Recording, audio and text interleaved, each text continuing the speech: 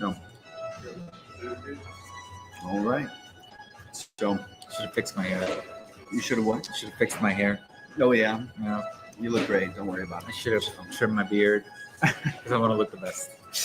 So, um, today, guys, we have Ruston Marciano with us from View Mortgage. So we're back here at Gozo's for installment number 2 to talk mortgages today. But for our ice cream breaker today, what you eating there, Ruston? So I'm eating a blueberry cheesecake with sprinkles and Oreos. Nice. How is it? It is just like a blueberry cheesecake. You reliving your childhood memories here with that cup? Maybe a little bit. I could say that. So I've got the coffee and cookies and cream. I need a little pick me up there to my ice cream. No sprinkles? So, no sprinkles for me. I don't do sprinkles. Next time, So maybe. that's for the kids. So, Rustum, for those of you who don't really know you or know anything about you, share a little bit about yourself, your background, how you got into mortgages. And Sure. So when I started real estate about 11, 12 years ago, was a realtor, worked my way up to a broker's license, got my own brokerage, and then decided to venture off on the mortgage side. One, because my wife pushed me. That's number one. Number two is I always heard complaints from realtors about mortgage lenders and the timing and some of the processes. So I just wanted to see for myself what's on the other side. So curiosity basically is what drove me into this side. okay, very cool.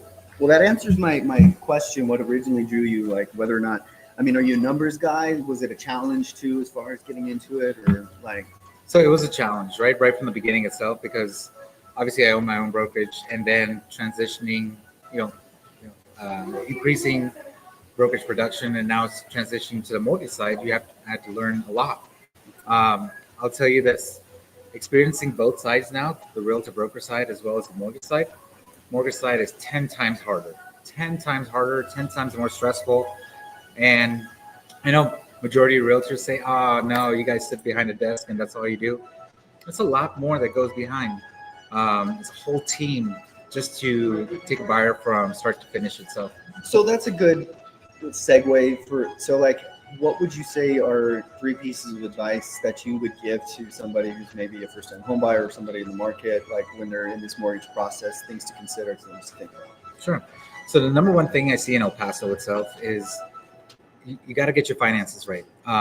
Your credit score, your income, things of that nature. Talk to a mortgage. Realtors will always say, talk to a realtor first. My recommendation is always talk to a lender first.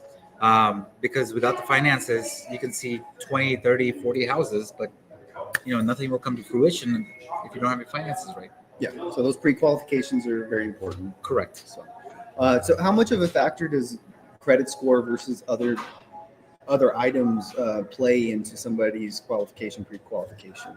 So when we look at credit score, right? So every lender is different. In terms of credit score criteria, some can do a 580, some can do a 620, some can even go down to a 540, right? So it just depends on the lender that you work with. I can tell you this: the lower your credit score, the higher the interest rate is going to be. So it behooves you to listen to your lender and boost your credit score up as much as possible before you actually go into contract with our home.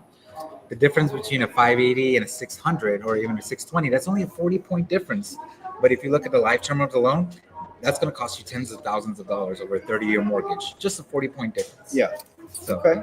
So we've seen a lot of movement in the mortgage industry, right? It's like big talk in the news, especially in our industry and how it's affecting us.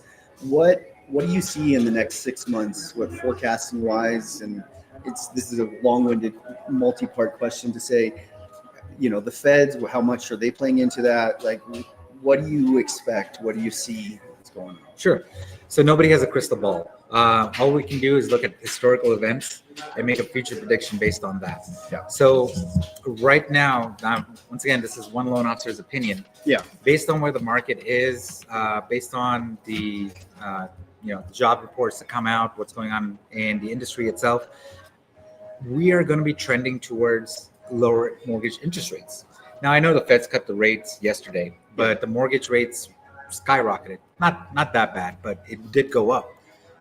I have clients asking me, hey, the mortgage rates dropped yesterday. I heard it all over the news. No, they didn't. What the feds cut down on the rates is completely different than mortgage rates itself.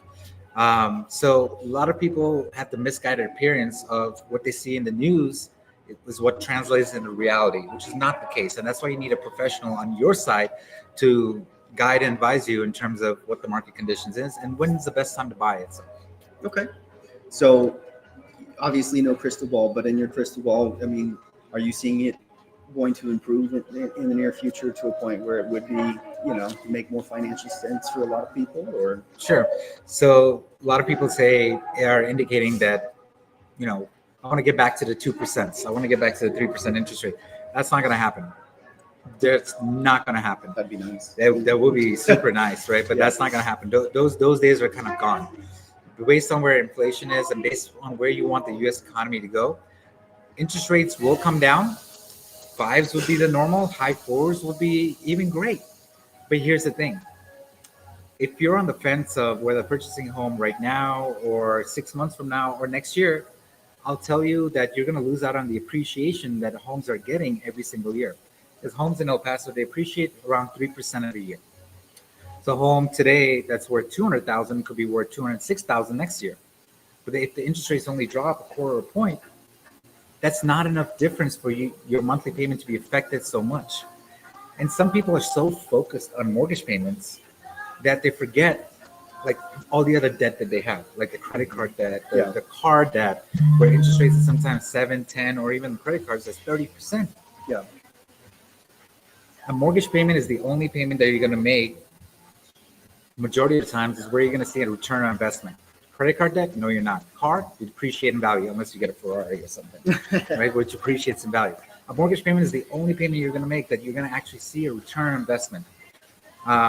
And a lot of people fail to understand that. So in the next 6 months, I believe mortgage rates will come down.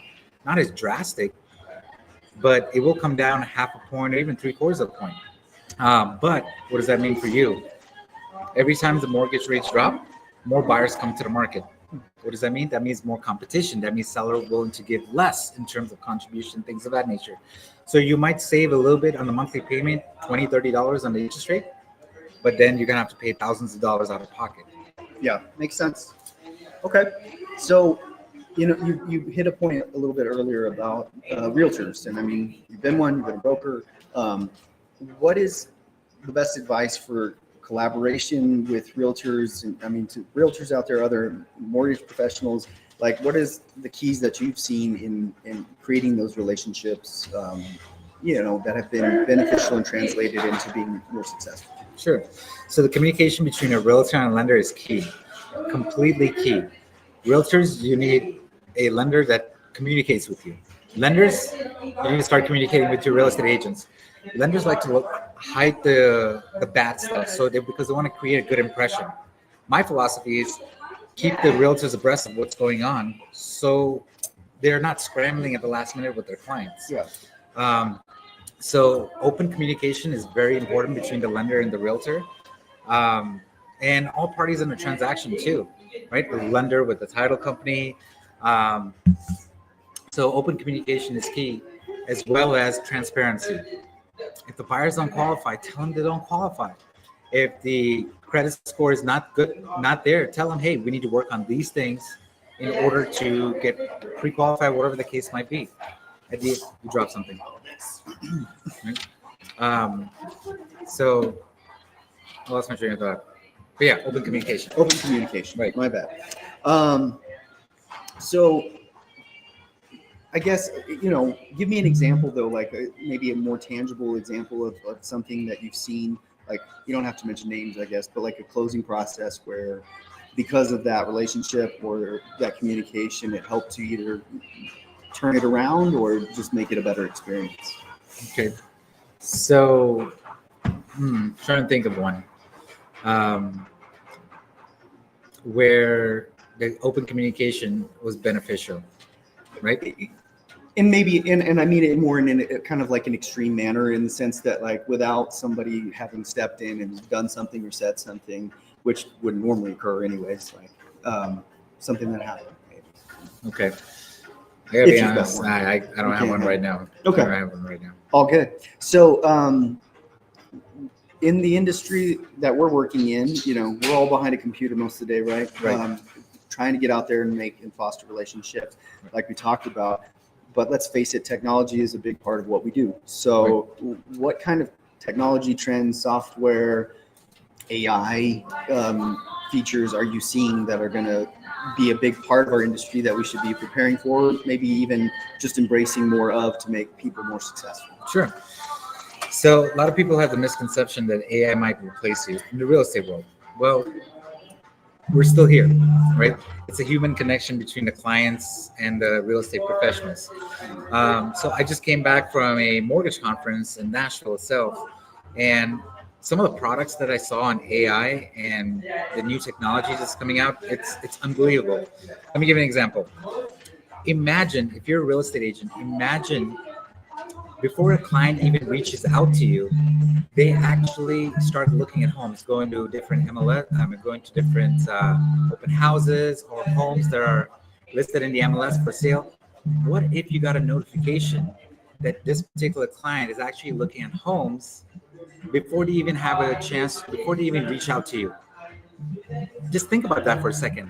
Kind of a scary thing in a way. Yeah. So what this technology does is looks at the phone of the consumer and cross-references with MLS listings that are for sale. And whenever that phone enters the geofence of that house that's for sale, it's automatically the realtor gets notified saying, hey, this particular client is looking at homes before they even have a chance to reach out. So that's where AI is kind of heading, trying to give you the tools so you can better reach out to your clients, so you can better, provide that service moving forward. I mean, this is one extreme example, but that's one of the things that kind of stuck up to my mind. It's like, if I visit an open house right now and a realtor that I close with reaches out to me, 3 years, reaches out to me, I call that coincidence, but in a realtor perspective, that's proactiveness. Yeah. Scary times, but in a good way. No, I like it. I think we're all scared, right? Technology is going to replace us. AI is going to replace us.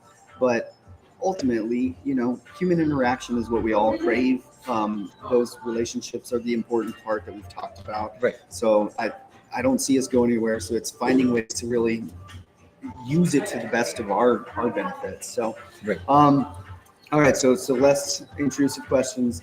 So when you're not doing mortgage, what motivates you? What's your go-to? Like for fun? Yeah, fun, whatever. So I'm a big motorcycle rider. I ride my motorcycle plenty of times. Not recently because the real estate brokerage and the lending side has been keeping me pretty occupied. But I'm a big, I don't know if I should say this. Should I say this? I'm a big Second Amendment supporter. So I like toying around with that and playing around with that. And it's kind of like a stress reliever for me.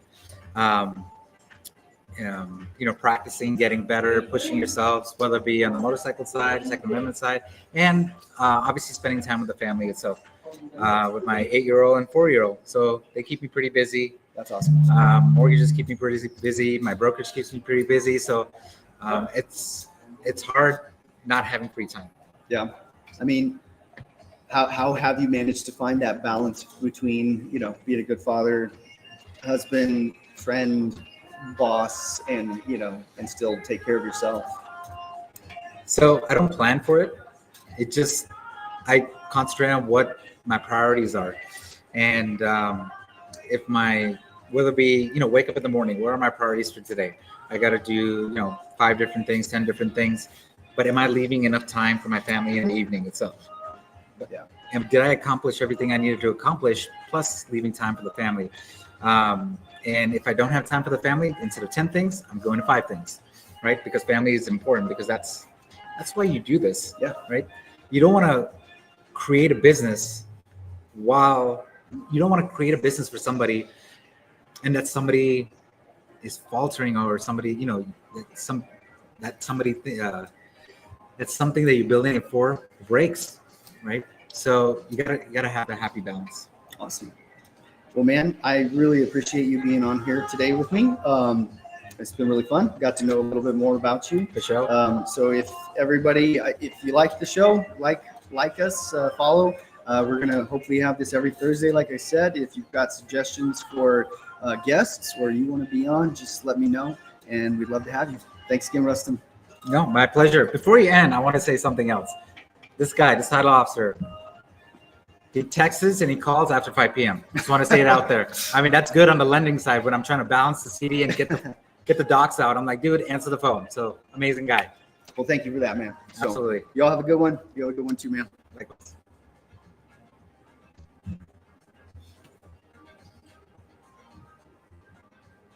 Is it ended? I believe we've ended. I think we ended.